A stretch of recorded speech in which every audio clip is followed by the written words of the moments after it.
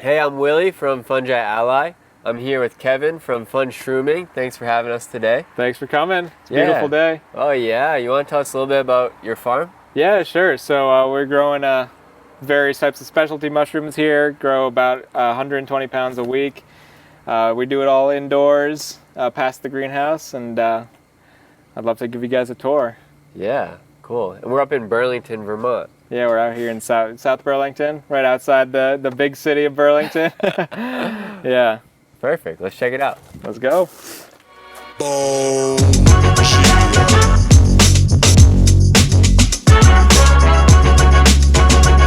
So it's all keypads on these, just so you guys know, so you don't get locked out.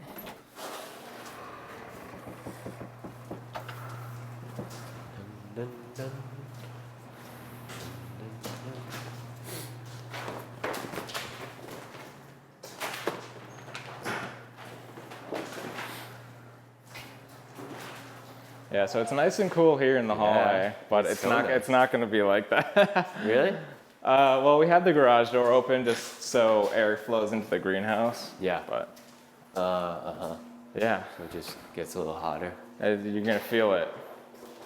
And these were like old Apple This used to storage. be like an old loading dock. These are all old coolers, I think. So Yeah. I toured those years ago, and Yeah. so that's why there's the ramp there and everything, and then- then they built the greenhouse. This is my buddy Angus. He's been helping me out. This is Angus. Willie, Fungi Ally. Good to meet you. Yeah, so this is the spot. It's still got that kind of like we just moved vibe to Yeah. it. Yeah. You know, got a lot of stuff still in here that needs to go away, like all the insulation and pallets. I think I'm gonna set up another tent over here once our walk-in cooler's all set up. Gonna get rid of all that stuff. So Just put another fruiting. yeah, another fruiting room, 100 Yeah. square foot or something. I can even maybe fit something over here eventually. But yeah, I'm hoping be able to grow kind of all my slower growing stuff in there in the future. You know, right Yeah. now I got oysters and they're dirty and they're fast, but like I can't grow like hen of the wood really in a Right. clean way, or Right. even other species. And the lion's mane I just do out here. You know, it grows well. fruiting? Honestly, Cool. it grows well, and it doesn't have a big spore load, so I don't worry about it. Yeah. These are just old junk ones that are, yeah, they're doing okay, Yeah, looking good. but these usually, really fill out, like definitely get 2 or 3 pounds off each And you're block. doing just like full top cut. Yeah, so pretty much like I just usually nick it at first, and then once I see the fruiting body start to form, I cut it. And in the winter, sometimes it's too dry, where they can't really handle that, and I'll throw them in the fruiting room. But I find that in like the summer, in the fruiting room, they actually are pretty prone to contamination. Yeah. It's like So- too hot. too hot, and like Yeah. I've seen people post this like online. It's where you get like this gross fluid, and it just smells Yeah. like yeast, and Yeah. it's like, lion's mane does not have like an aggressive defense system. So Right. It's not like Yeah. oyster. exactly, yeah. So yeah, we have a bunch to do today. I have my sterilizer in front of my flow hood in the next room, which is like, I think that's gonna be my lab. I might Yeah. move the lab into here. Yeah. Right now, this is the incubation chamber. So yeah, we're gonna have to empty the sterilizer. Can do an inoculation later once things cool down a little bit, the blocks. And then we gotta empty the fruiting room. So we got our cart with all old blocks that we're gonna start bringing out. Cool.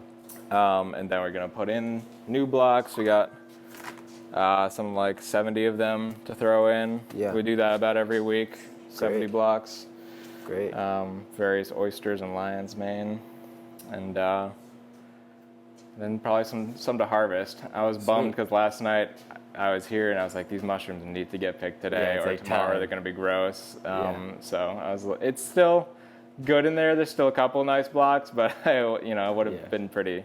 But it might be a little bit loud in here. But we got our unicorn bags, jumbo size, in our 85-gallon Bubba barrel. We can fit about like 38 of them at a time. So it's packed to the brim. Yeah. I think we might need to get another sterilizer at some point soon, especially if we want that second fruiting room. But yeah, we do everything on Master's Mix, which, you know, I'll show you guys how that works, and it's simple, streamlined. Yeah. And how frequently are you running the sterilizer? 2 to 3 times a week. So it definitely, it gives us plenty to do. So this is the sterilizer over here. Right now it's hot and full of blocks. So I'll just open it up because we're in front of the flow hood. But these are all the Master's Mix blocks. Might be able to pick one up, but it's not too hot. It's all atmospheric steam sterilization, so it goes up to 204 degrees Fahrenheit for 17 hours, and then it just kind of cooks, and through that process it makes a vacuum once the steam condenses again after it shuts off, and then we can throw it in front of the flow hood. We're going to bring a shelf over and unload the whole thing, and it's a very toasty process, but it definitely it gets them nice and cool and in front of sterile air too. Right. So. And do you run this in here, or do you run it somewhere else and then wheel it into the lab? No, we run it out there. That's something I've been thinking a little bit about, is if I want to actually run this in front of a flow hood, so that way when it cools and some air gets sucked in, make sure it's as clean as possible. Yeah.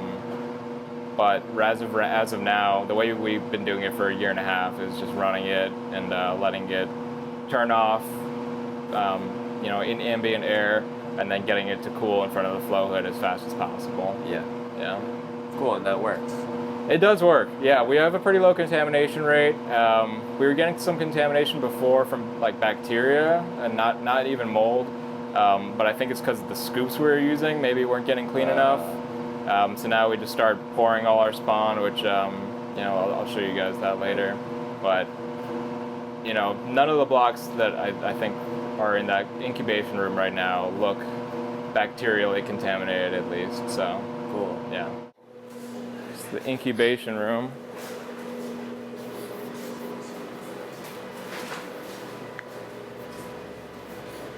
Yeah, Andrew would have loved this. He's been bugging.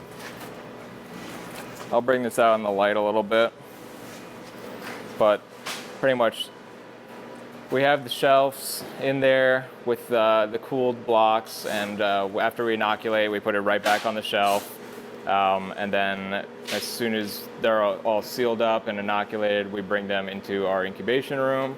And they sit in here for about 10 days. Well, for oysters it takes about 10 days. Lion's mane takes a little bit longer. So this is kind of like the example of our 10 days later, where this is going to go into the fruiting room today. Right. And they're nice and fully colonized. Beautiful. Fully white. And if you want here, we can actually move this over. I'll bring you one of these blocks. So this is kind of the example of the mid process, where it's you still got the mycelium running through here, a lot of uncolonized substrate still, and kind of each little white spot you see that's like growing concentrically was one grain from the grain spawn. Sorry. and eventually they just grow out and make the block fully myceliated, and it's good to go when it's fully white. Yeah, see, this is some of the lion's mane. Lion's mane's the mycelium looks a little different. It's a little bit less dense, less white. So yeah, a little bit thinner. Yeah. Yep.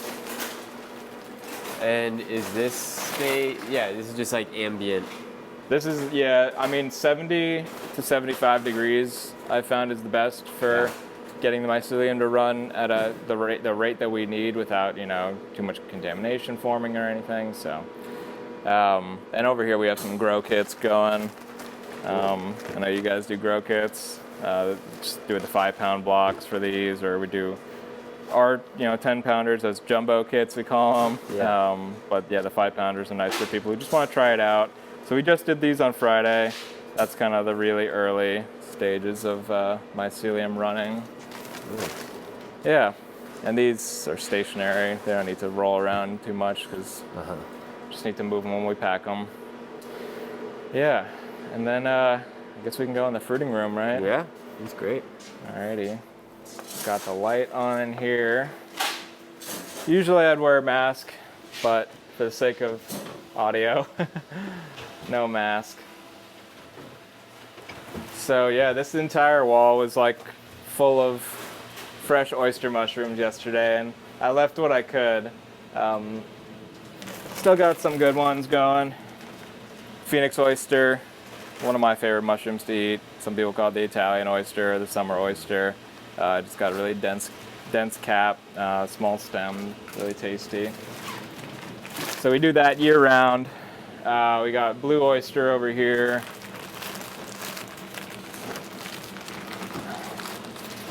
Still slightly blue, but yeah, this is perfect for harvest. The caps are still enrolled a little bit. Once they turn upwards, it's really just kind of the shelf life plummets. So we're gonna harvest this later, so I'll just leave that here. I got a weirdo over here, some enoki that we experiment with. Andrew from Mossy Creek Mushrooms kind of came up with this method for enoki growing, where people do this with shiitake, where they leave a tray of plastic at the bottom and have the whole block exposed. He started doing that with enoki, and I gave it a shot instead of just growing them in the bag. And they don't grow as long like the traditional kind of ramen enoki mushroom, but it seems to be flourishing. So Cool. And then we're starting to bring back our gold oysters. Super young still. They look amazing when they're really young like this.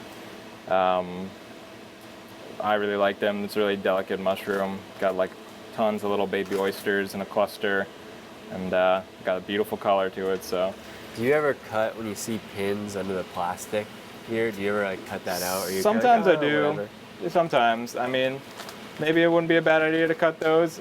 Usually, the way I've experienced it is like if you have a bunch of pins, you're gonna have smaller mushrooms. Whereas opposed to if you have like one little cut and kind of they just all grow from one spot, you're gonna be like bigger mushrooms. So depending on like what my chefs want or what I'm looking for, I'll try to manipulate them like that. Yep.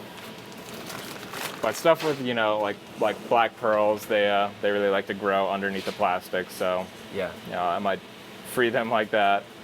Yeah. So as far as like the parameters of this room, there's a few things going on. We got the light on right now. Usually it's on 12 hours a day.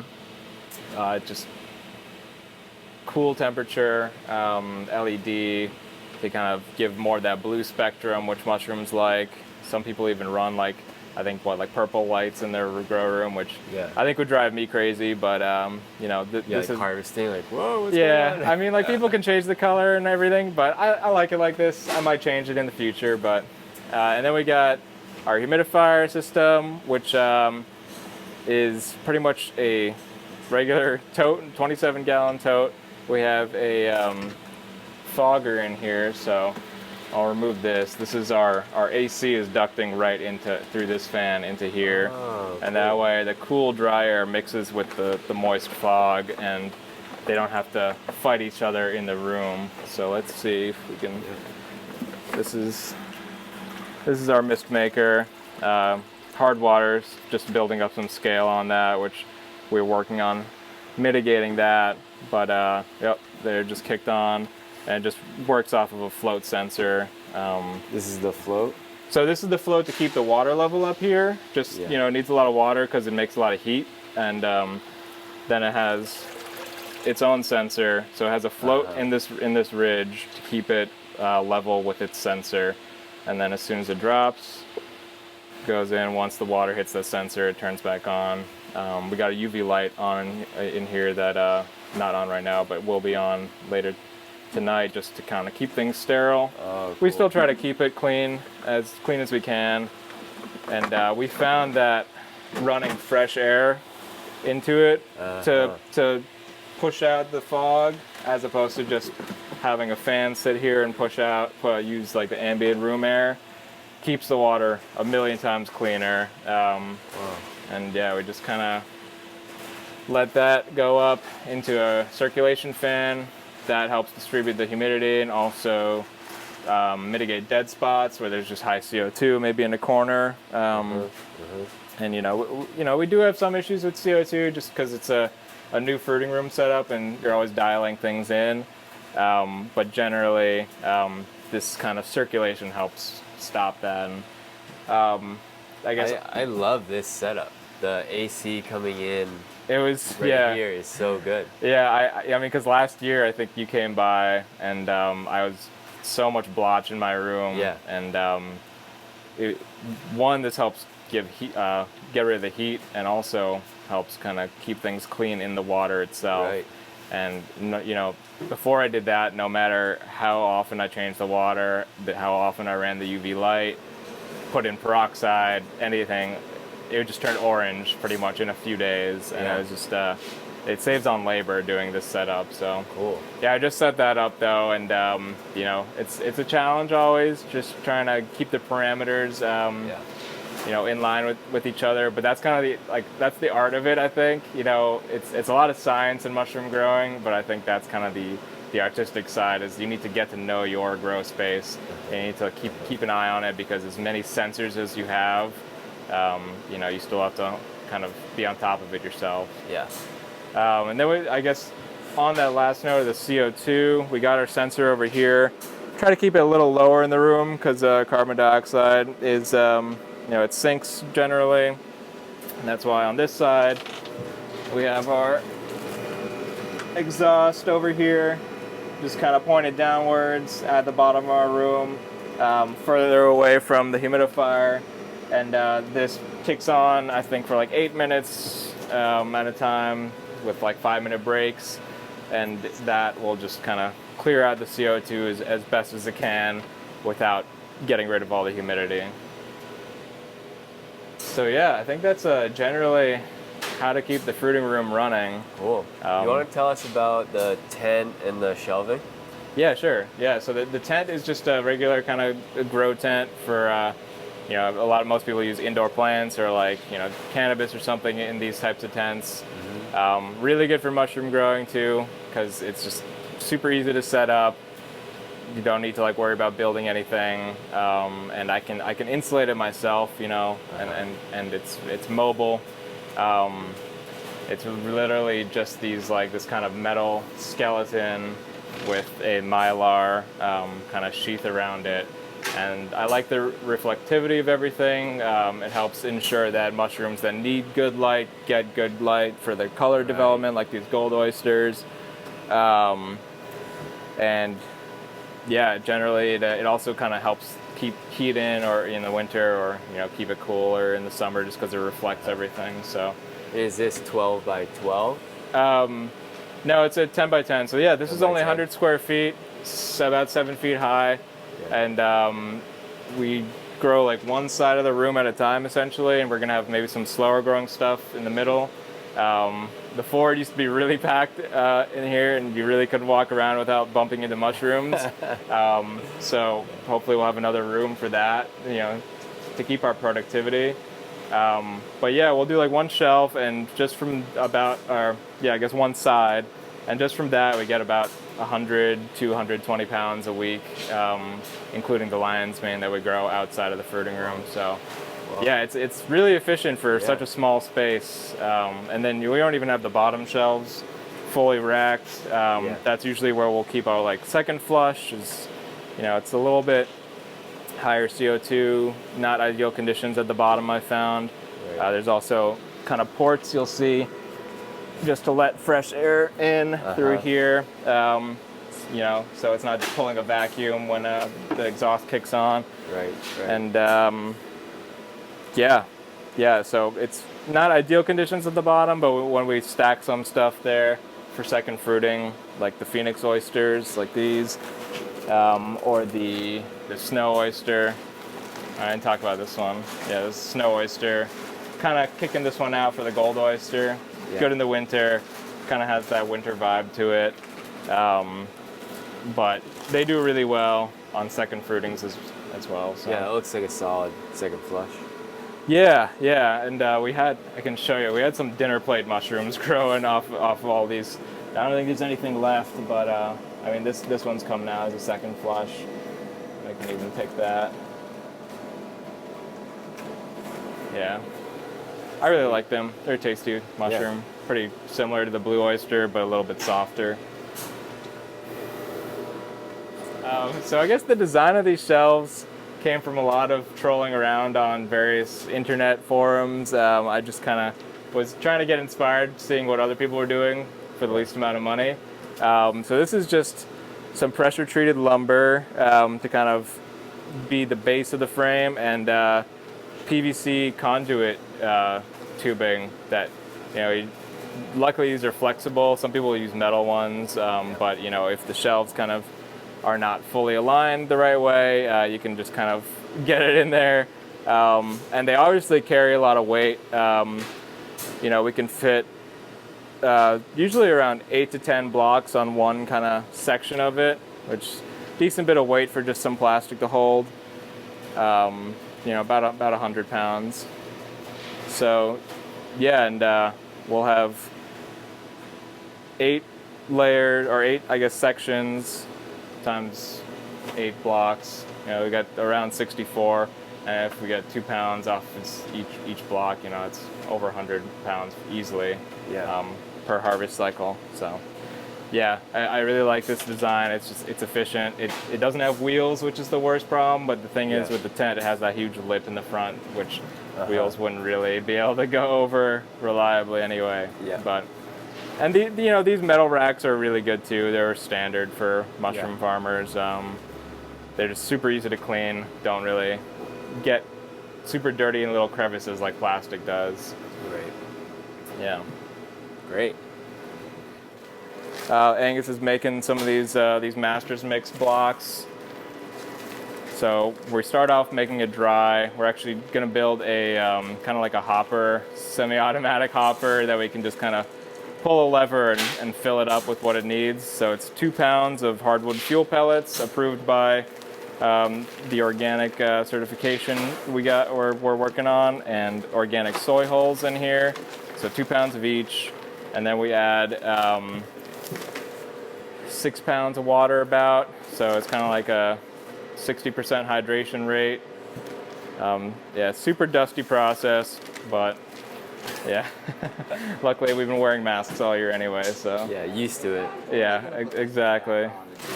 Yeah, it's probably for the best. And the bags we use are all biodegradable as well. We've had a compost pile previously where it's just like a mound, and we had to dig it out, and at the bottom there were little crumbs of the plastic, and you could see after 6 months or so, especially over winter, it disappears. And there's a lot of studies going on about this. It's kind of newer technology, so we're still learning about it, but the guys who make it seem to be very confident that it fully biodegrades within a matter of several months to a couple of years. And so you just threw the blocks out with the bags on them still. Yeah, and especially in the summer, like UV and heat are what degrades it. So it'll just melt away. It's like you'll go back to that block that's on top of your compost pile, and it's naked. The plastic disappears. Wow. There's always some sort of waste. And what's awesome about mushroom farming is that we are using waste to grow food. This soy hulls came from soy farming, and it would otherwise just go to animal feed, or would otherwise, turn into compost. This way we're kind of slowing that process down, adding another high value use of it by growing food for people. And then our waste, which is kind of like the spent blocks. So over here I got a spent block. We're going to be cleaning out the fruiting room, so this is kind of an example of one where we take the plastic off, Still got tons of this living oyster mushroom mycelium, lots of undegraded like matter from the blocks in there still. You know, this will produce mushrooms. It's really just, it starts to dry out a little bit, and starts to stink. And really, once it dries out, it's not as productive to keep in there. So we sell that to gardeners. People will come to our compost pile and just like, you know, take, you know, 100 pounds or something. And, you know, I've guided people on how to make a little raised bed out of it. You crush it up with your feet, layer with straw, like lasagna method, people call it. And, you know, I have a buddy, he's a chef, and he's been getting mushrooms like almost every day just from that. And they do overwinter as well. So I love that we can push it even further before, you know, it really just turns back into like soil or, you know, something like that. Yeah. I was talking to, where I was staying, this guy Andrew, I was talking to him about like at this stage using this for like micro-architecture, for like building stuff. It's like, okay, you can just crumble all this mycelium, put it into a shape, and then it'll like really quickly keep growing, recombine. And absolutely. Yeah, that's an awesome idea. I have one friend who he's really into like hempcrete and growing stuff or using hemp to make like architectural materials. And so, you know, we were doing some oysters on hemp, or I think we were going to try ratio on hemp. And kind of comparing like, you know, its viability as like a building material compared to just hempcrete. And yeah, it is pretty neat how, you know, you can make any shape you want if it's in a mold pretty much. So, So yeah, we got to clean out the fruiting room eventually. I don't know, we can empty out the sterilizer. Empty that out. Show you the kind of cleaning process there. You can smell I love that smell. Like, yeah, some people have described it as like cookies, or like, I think it just smells like caramel. And it is like burning sugars and stuff in there. So I usually have a mask on when I handle blocks, just so I don't breathe into the bags or anything by accident. Right now they're still vacuum sealed, so it's not really a big deal, but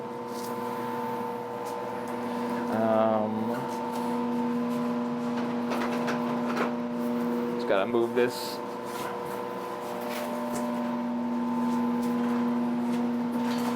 Thanks.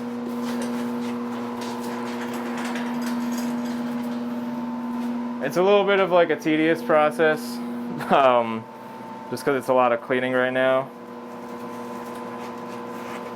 Are there paper towels in here? I double up the gloves just because my thick rubber gloves are not here yet, and the blocks are still really hot, so it's the best I got. Start off with some pine sol. I already got the flow hood running. That just kind of started filling the room with sterile air overnight. And it's got the pre-filter, so it, you know, sucks air in through there. Gets the big dust particles out through the pre-filter, which changes every few months. Then it's got a HEPA filter over here, and pretty much we have a strong enough fan in the box that it blows about 100 feet per second, I think is what it is. At the end of the table, and that's enough flow to make sure that whatever dirty stuff is above is not just landing in, it would get caught in the flow.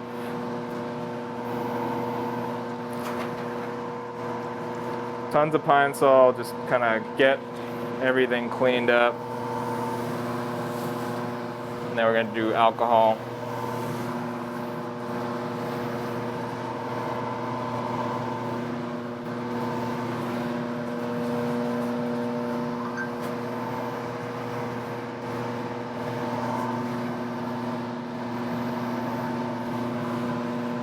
Yeah, the one thing that like every mushroom farmer says is, you know, you have to be really into cleaning if you're gonna be a mushroom farmer. And like, you know, I've heard of farmers like having to like get rid of employees who are just grossed out by like mold or like slime and stuff. So, you know, it's definitely, I don't know. I think Mike Rowe has done a Dirty Jobs episode of mushroom farming. Whoa. You know, it makes sense. Yeah. It's not the prettiest thing.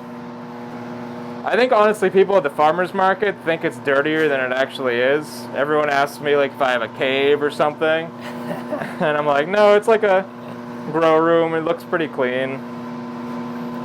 Alright, so after the pine sol, isopropyl alcohol. And that kind of just, the pine sol gets the gunk off and cleans it. This kind of sanitizes it. And, you know, maybe it's overkill, but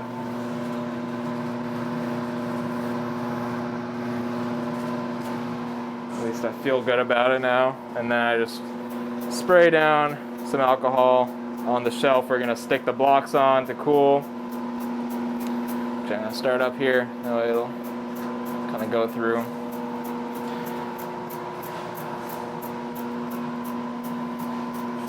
And this usually also gets wiped down earlier, but just to kind of give it that extra burst of cleanliness. Yeah, so now I'm gonna start pulling these guys out. I have 38 blocks in here, 10-pound blocks, 85-gallon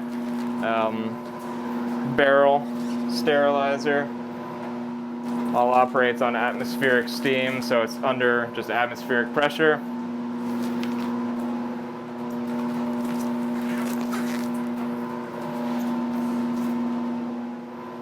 And so I got this, it runs on this kind of automated controller that's got these temperature probes. It knows when it's up to temp. And one of the really important steps when you get one of these sterilizers, which I learned, is you want to actually probe the center of a block too, to see how long it takes your sterilizing process to make the center of the block 204 degrees or whatever it is that you have it set to. And that's when you know the sterilizing process can actually fully begin. That's when you know from then on you have to cook it, whatever, 15 to 17 hours, something like that. Do you change your cook times at all, depending on like winter or summer or? I have not. I changed it a couple of times, trying to troubleshoot contamination issues. This has been pretty solid for me. Have you noticed that changing it in different seasons has an effect? Yeah, I've definitely heard from other growers that like in the summer, the spore load, everything is just way higher. Yeah. So infection is more easily happens. So yeah, increasing temperature or increasing time can be helpful in the summer months. I might have to experiment with that. Yeah, like endospores and stuff, kind of just hanging out. Yeah.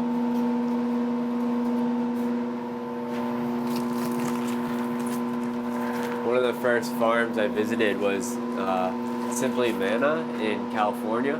Oh wow. And they were doing oysters on straw. Yeah. And it was like it worked all year except for like 2 weeks in July or something when it got really hot, and it was just like, okay, the lime soak doesn't work for straw like in these 2 weeks, just when it's really, really hot. But otherwise worked great. Interesting. Yeah, lime soak, I mean, it's a cool process. That's how I started, just kind of doing it at home. Was shredding straw with a weed whacker, getting in some very basic water. It's really inefficient, I think, in many ways, but yeah, I mean it's low tech. The material handling is at least when I'm spending more on materials, at least I think I'm saving time on efficiency and gaining in yield, but definitely there are people who claim very good biological efficiency on straw. So everyone, I don't know, it's definitely one of those things where you ask a question to like 100 mushroom farmers, you get 100 different answers. So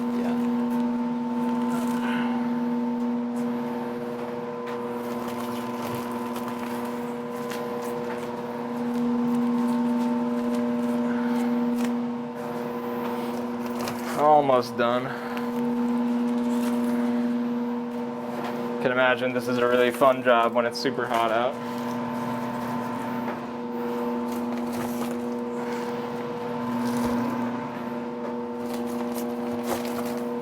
And we do load some of them up in front of the flow hood, but not enough to like block it from getting to that.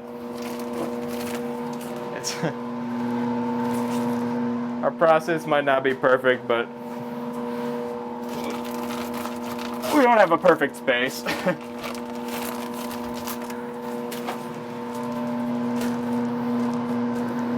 It's all about the evolution.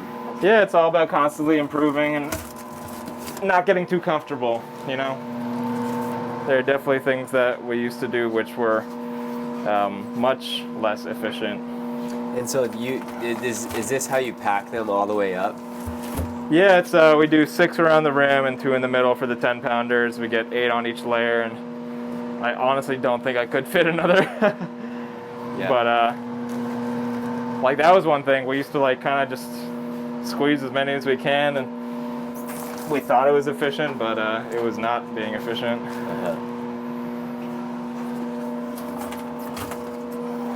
So you can see at the bottom there, the false bottom.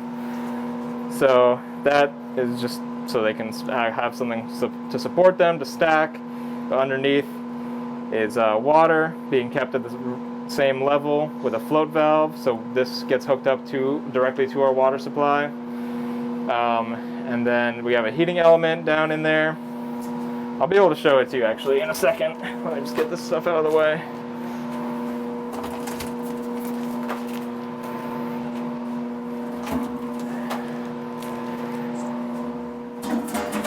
There we go. So we got this unit from Bubba's Barrels. The water needs to get changed. You know, even though I think it's just little crumbs and stuff on the outside of the bags that fall down. It's got this very potent, unique smell to it.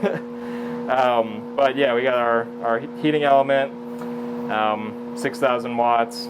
That gets it up to temp, and then it starts filling the thing with steam. We usually have a weight on top too, just to as the bags expand, so it doesn't lift up the lid. So. Yeah, this needs to get cleaned out today before we fill it back up.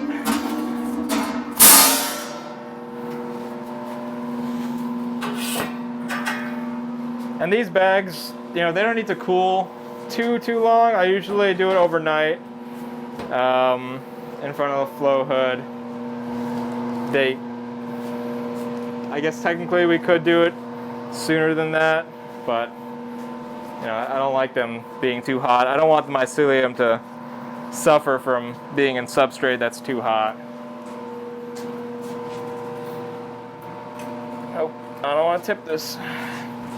Yeah, this is one of the things with this new space is it's not done, so the floor is not perfect, which is why I think this lab is temporary.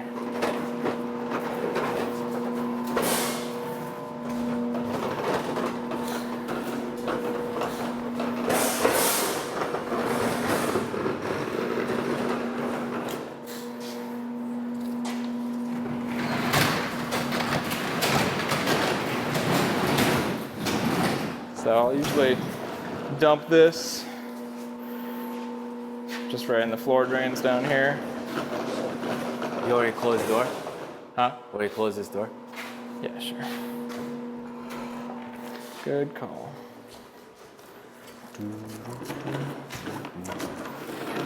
Yeah, that room is it's a little bit dated. It's like we had to tear out old phone lines from like the 70s in there. And, you know, the walls are not pretty, so it's like I don't know what's better, being in that closed off room or being in a little tent that we make. Yeah. Right. Either way, Right. has plastic walls at least, so you can just sort of spritz the walls down. Right. Have a clean room. There, we just kind of open this up. Let that pour down the drain. That's usually long process of just watching water pour. So The water flow. yeah, it shouldn't go anywhere. Should stay here, but so it's actually a good day for us to do this because everyone else in the building is not in, I think. Yeah, that's convenient. Yeah, I didn't even think about that originally. I was just like, what day am we gonna have the most stuff to do? Right.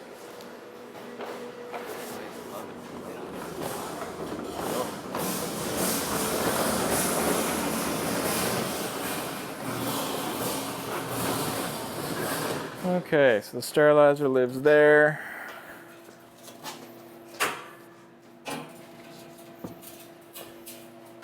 We generally try to like also rinse the inside of it, but I'll just show you the process of getting it ready.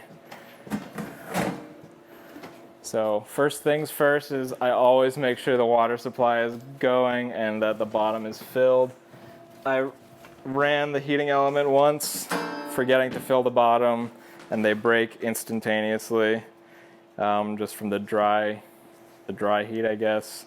So that was a fun emergency that I had to deal with. Yeah, that sucks. Yeah, I mean they're like $200, $300 for a heating element, but it's really just kind of like, what am I gonna do this week? Right. So right. Messes up production. exactly. So get the water going in there. And that's just gonna fill until that little float closes the valve.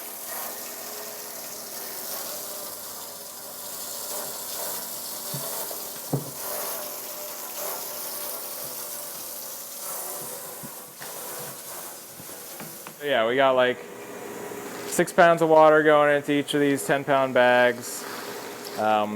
Keep it all in here, just it contains messes and everything. Got the sawdust on the bottom, soy on the top, and it kind of will soak in really fast. Within a few minutes, it'll start feeling more like a solid block. And we always make sure just to kind of shake it around the first time, just so there's no dry bits.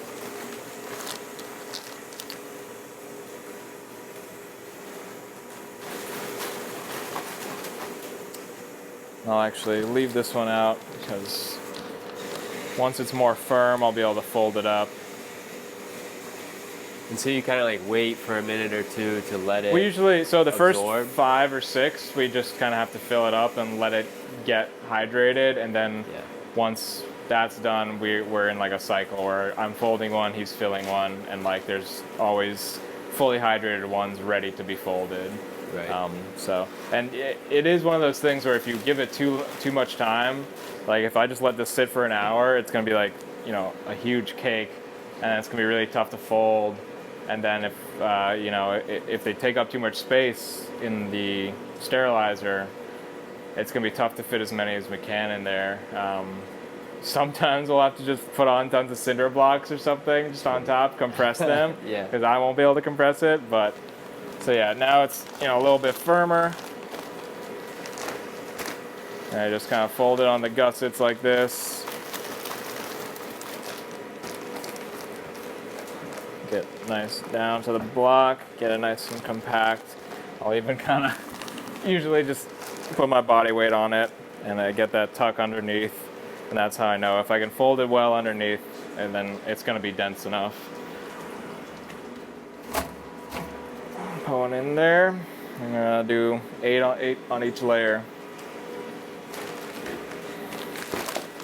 And it's not too long of a process. I think once we kind of automate our bag filling with the dry bagging process a little bit, this whole sterilizing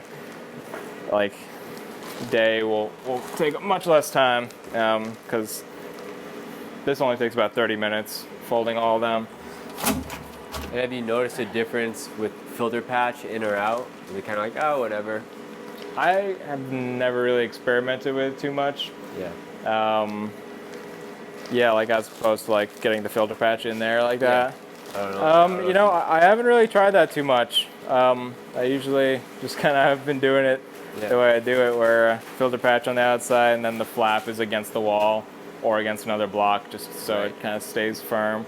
One thing I do want to try out is doing the flat fold and no gusset. And I think you just gotta like, let's see. So you do the usual thing, and then I think you have to fold it a couple of times, and it's rolled up, something like that. And that's supposed to help kind of prevent any contamination from getting sucked in. During the cool down? During the cool down.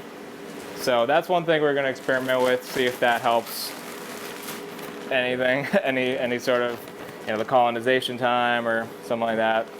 I mean, there's so many things that you kind of like hear of like, oh, don't do this, don't do that. And it's interesting to be like, well, this is what works for me, so. Yeah, that's what I've been telling people. And I'm always learning. I know I'm a newbie still, and my process is far from perfect. But that being said, my contamination rates, since I switched to bag pouring instead of scooping, really dropped. And, out of everything going to the fruiting room this week, doesn't look like I need to throw out any of those blocks. I didn't need to throw any of them out through the week of colonization. So, it is one of those things where if it works, if it's not broke, don't try to fix it. But like, it's also finding the balance of not getting too comfortable, like I said earlier. Right. And one of the big things with mushroom farming as well as technology. When I look at my labor and everything, like how much time I'm really putting into each step of the process, like it's really, you just need better tech to make your process more efficient. Is there places where you've noticed you spend the most amount of time? Yeah, I mean, sterilizing takes about an hour and a half when we got the two of us cranking at it. And inoculation is something I'm not a huge fan of. I mean, luckily, I have podcasts and stuff I can listen to, but by myself, it's easily 3 to 4 hours for 38 blocks if I'm just like having to switch strains all the time. Yeah. If it's just blue oyster or something, maybe I can crank it down like 2 hours, 2.5. With the two of us, we can definitely do multiple strains, 38 blocks in 2 hours easily.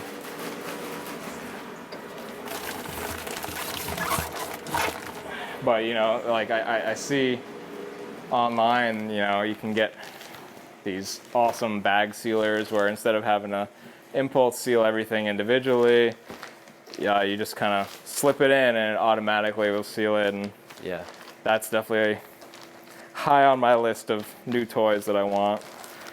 Then there's bag shakers.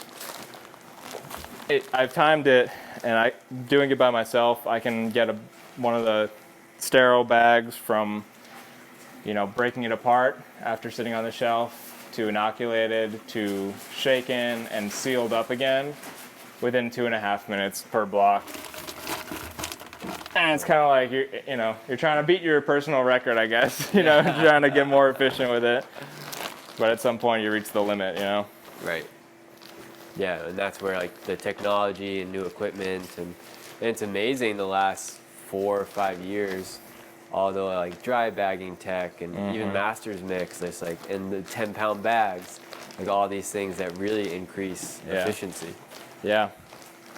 I mean, it's really interesting. Just reading posts on forums or watching videos from 7-8 years ago, and what a different world it was, and we stand on the shoulders of giants, right? So many people have done lots of BS work and tedious stuff for us to feel like we have a very efficient process. Like the Master's Mix is a great example. Yeah, I think for like 3 years when I was growing like 400, 500 pounds a week. Wow. And I was like, it was like shovel, pile of material, and shovels on the ground to like mix it. Yeah. And spraying it down, and it's just that's how I learned it on, this is so much easier. Seeing other people do it was. Yeah. And then then I learned from other people as well. Like, you can get away with this, and why mix it in the first place when you're just going to mix it again after you put spawn in? And It makes so much sense.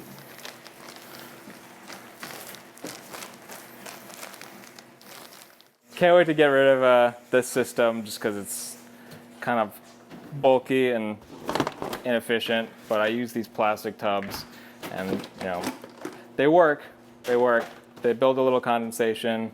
So probably when we get the walk-in cooler, I'm gonna be using cardboard and, you know, just kind of, they'll last a little longer that way because they're not just, you know, they can breathe a little bit, but it does work. We can store mushrooms in these coolers that we maintain around 36, 38 degrees for about a week after harvest.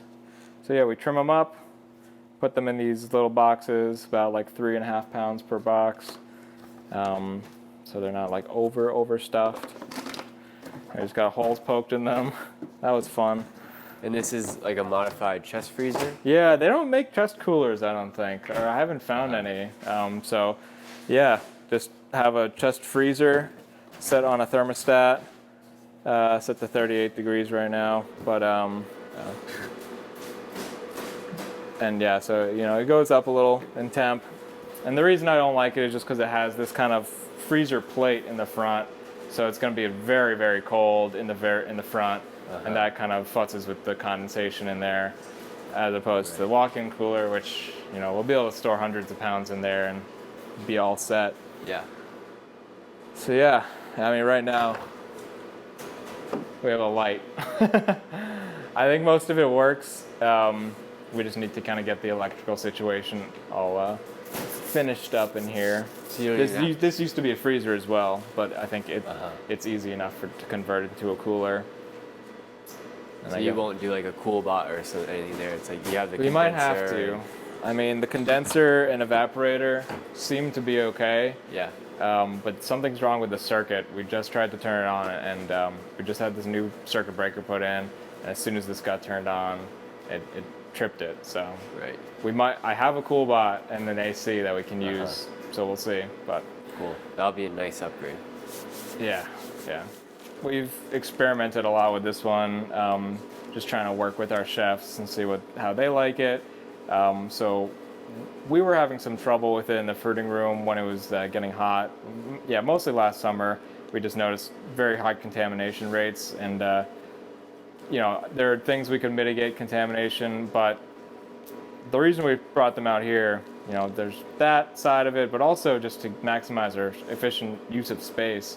Can grow more oysters in there if we don't have lion's mane taking up space in there for a longer growth cycle.